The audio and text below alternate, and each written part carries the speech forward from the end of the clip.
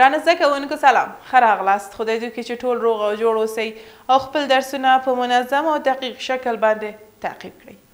زده کوونکو آیا ستاسو تیر لوست په یاد دی چې موږ خپل په تیر لوست کې څه شی ولوستل؟ موږ خپل په تیر لوست کې د اطراحي سیستم غړي او همدارنګه پښتورګي یا بډوړي او یا هم ګرده مو ولوستله. موږ په دې پوه شو چې هغه اضافي مواد چې زموږ له بدن څخه خارجیږي دا څه شی دي؟ دا یو سیستم ته ضرورت لري او دغه سیستم هم باید د مختلفو غړو درلودونکي وي تر څو هم دغه غړي لاس په لاس شي او دغه اضافي مواد د ژوندي موجود له بدن څخه خارج کړي. کله چې هم دغه اضافي مواد د ژوندي موجود له بدن څخه بهر راوځي یا هم خارجیږي دغه عمل ته د اطراح عمل ویل کیږي او دغه عملیه د اطراح سیستم په واسطه سرته رسیږي او کوم غړي چې هم د عملیه سرته رسوي د اطراحي غړو په نوم یادیږي چې د همدغه غړو له ډلې څخه یو پښتورګي یا بډوړي چې موږ په تیر لوست کې ولوستل. پښتورګي مو وپېژندل چې څه ډول جوړښت لري، ومویل چې لوبیا ته ورته جوړښت لري او همدارنګه تت سور رنګ درلودونکي هم دي او د هر انسان په بدن کې دوه پښتورګي موجود دي. که چیرې موږ پښتورګي په اوږدو باندې قطع کړو نو پښتورګي د دوه برخو درلودونکي دي، یو یې کورټکس او بل هم میډولا. کورټکس یې قشري برخه ده او میډولا یې هم مرکزي یا اساسي برخه ده چې دغه ټول هغه مهم موضوعات موږ خپل په تیر لوست کې ولوستل. نو که چیرې تاسو په تیر لوست کې کومه ستونزه لرئ او یا هم د تیر لوست په کومه برخه نه یې پوه شوي کولی شئ چې خپلې پوښتنې مو له موږ سره په کومنټ کې شریک کړئ. اوس راځئ زده کوونکو چې خپل نوی لوست پیل کړو. زموږ د نوي لوست عنوان دی د نفرون جوړښت او همدارنګه د نفرون دندې دي. موږ په تیر لوست کې یو څه ابتدایي معلومات مو د نفرون په هکله پیدا کړل چې نفرون څه شی دی. په ننني لوست کې به په پوره توګه په دې پوه شو چې نفرون څه شی دی، چیرته موقعیت لري او اصلي او اساسي دنده یې څه شی دی. زده کوونکو موږ په تیر لوست کې هم ویلو چې پښتورګو په داخل کې کوچني الکترون مایکروسکوپي نلونه یا ټیوبونه موجود دي، یعنی همدغه ټیوبونه په هغه اندازه کوچني دي چې موږ مایکروسکوپ ته ضرورت لرو، یعنی باید یو مایکروسکوپ موجود وي چې د هغه مایکروسکوپ واسطه موږ همدغه نلونه وګورو. همدغه نلونو یا همدغه ټیوبونو ته نفرون ویل کیږي چې دا د فلټریشن عملیه تر غاړې لري.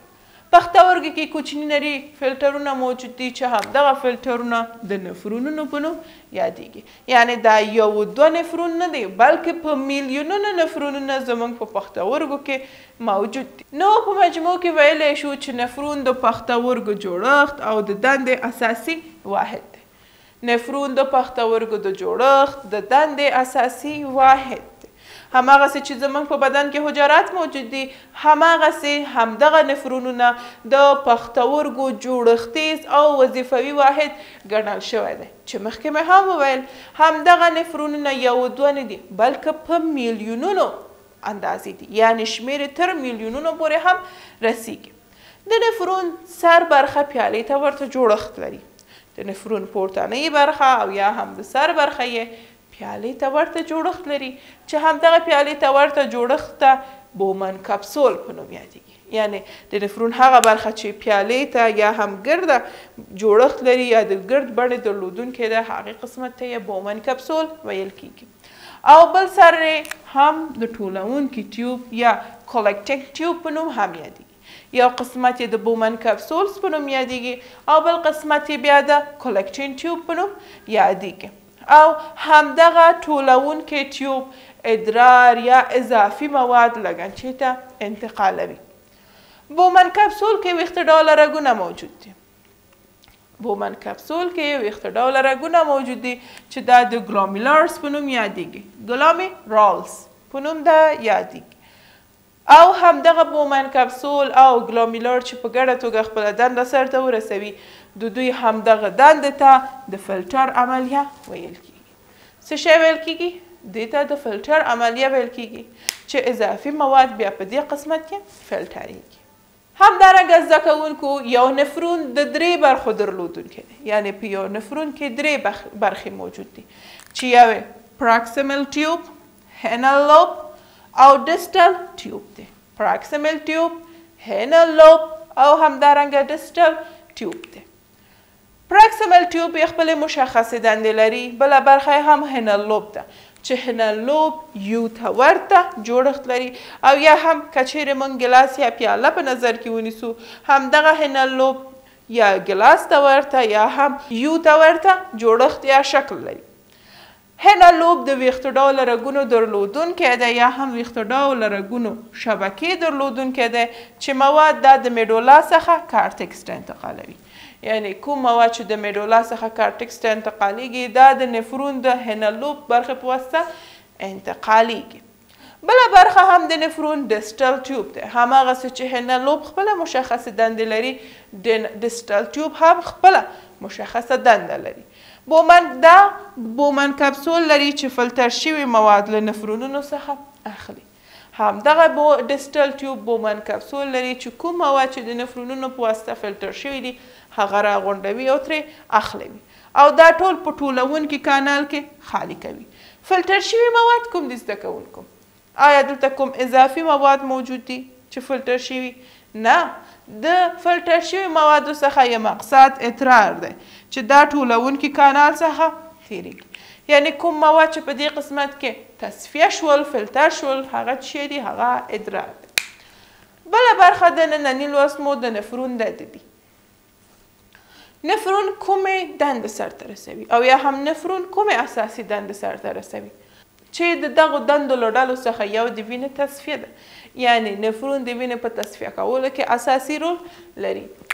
لکه څنګه مې چې مخکې هم وویل په تیره برخه کې چې نفرونونه مواد فلټروي. د اضافي موادو فلټرول د نفرون په واسطه سرته رسیږي.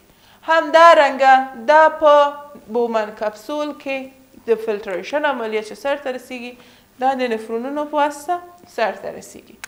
اوبه، نایتروجني توکي، ګلوکوز، مالګه، منرالونه بومن کپسول چې کېږي دا د فلټریشن عملیه په ترڅ کې خپریږي یعنی دا پراګنده کېږي او فلټریشن عملیه چې کوي سرته رسوي. کله چې فلټریشن عملیه سرته ورسېدله نو دلته مواد چې شی کېږي فلټریږي یعنی تصفیه کېږي او همدغه فلټر شوي او تصفیه شوي مواد مارپیچي ټیوب ته داخلیږي او په پای کې دلته فعال جذب په واسطه زیاته اندازه توکي د وینې دوران ته انتقالیږي.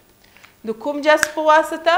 کله چې د فلټریشن عملیه سرته ورسېدله د فعال جذب په واسطه زیاته اندازه توکي د وینې دوران ته انتقالیږي او د وینې په دوران کې بیا د بدن مختلفو برخو کې د بدن هغه برخو کې چې ورته ضرورت یا اړتیا ده هلته ده انتقالیږي.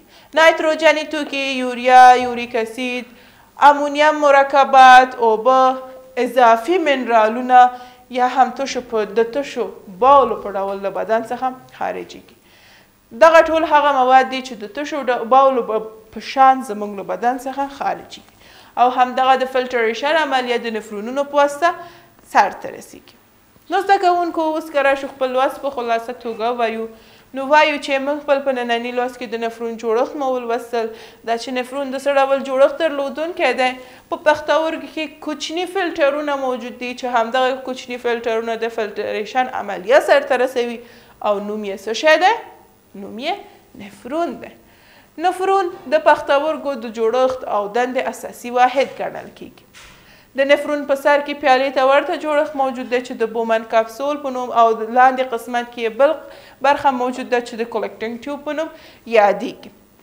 بومن کپسول کې ویښته ډوله رګونه موجود دي چې همدا د ګلومیرولز په نوم یادیږي او بومن کپسول او ګلومیرول د فلټر عملیه سرته رسوي. په مجموع کې نفرون د درې برخو درلودونکی دی چې پروکسیمل ټیوب، هنلوب او ډسټل ټیوب دی چې هر یو یې خپله مشخصه دنده سرته رسوي.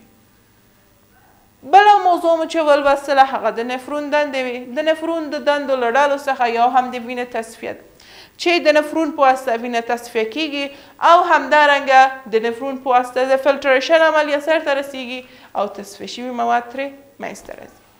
او آخري برخه کې مو یوه جمله ولوستله چې نایتروجني توکي، یوریا، یوریک اسید، امونیم مرکبات، اوبه، اضافي منرالونه د تشو باولو په ډول د ژوندي موجود یا هم د انسانانو څخه خارجېږي. دا ټول هغه مهم موضوعات چې موږ خپل په ننني لوست کې ولوستل. نو زده کوونکو ستاسو کورنۍ دنده دا ده چې د نفرون په هکله معلومات پیدا کړئ. دا چې د نفرون عملیه څه ډول سرته رسیږي او کوم غړي کومې برخې د همدغه عملیې په سرته رسولو کې ونډه لري.